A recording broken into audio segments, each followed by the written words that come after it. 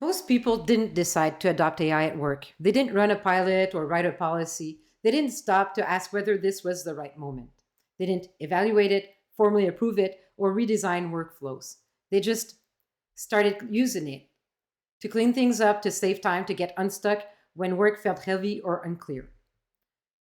It started with someone that needed help rephrasing something or a quick summary or to get a draft started. None of that felt risky. It didn't feel like automation, delegation, or even a big change. It just felt helpful. And that's exactly why this moment matters. In most workplaces, AI is used for small things. Things like rephrasing an email to sound more professional, summarizing a long document you don't have time to read closely, drafting a first version of something you already understand, or organizing scattered thoughts into something cleaner. These tasks don't feel consequential. They don't feel like decisions, they don't feel like authority or risk, which is exactly why the shift goes unnoticed. Nothing feels wrong, nothing breaks, no one raises a flag. There's no error message, no obvious failure, no moment that says, stop, something has changed. Work just feels smoother, faster, cleaner. It's easier to move forward. And because everything still looks professional and reasonable, there's no reason to slow down. Here's the shift most people miss though.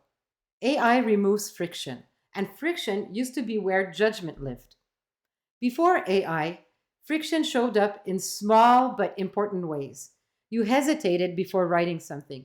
You struggled to structure an argument. You felt uncertainty while drafting. You noticed when you didn't fully understand something yet. And that discomfort wasn't inefficiency, it was information. It told you where you needed to think more carefully. When language now arrives polished, when structure arrives already organized, when confidence arrived prepackaged, the human role quietly changes, not intentionally or dramatically, just quietly. The role shifts from thinking through to checking over, from constructing meaning to validating presentation, from asking, do I really understand this, to does this look good enough to send? This book is about that moment, not when AI fails loudly, not when something goes obviously wrong, but when AI succeeds too easily. Because when assistance feels finished, judgment has fewer places to show up.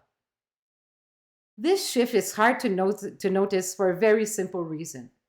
Nothing feels irresponsible. People using AI aren't trying to avoid thinking, they're just trying to keep up. They're under deadlines, they're managing complexity, responding to expectations of speed. And AI fits perfectly into that environment. It doesn't demand reflection, it doesn't announce uncertainty, it really says, you should pause here. It just gives you something that looks ready. And when something looks ready, the social pressure is to move forward. When organizations start sensing discomfort around AI use, they often respond with familiar advice.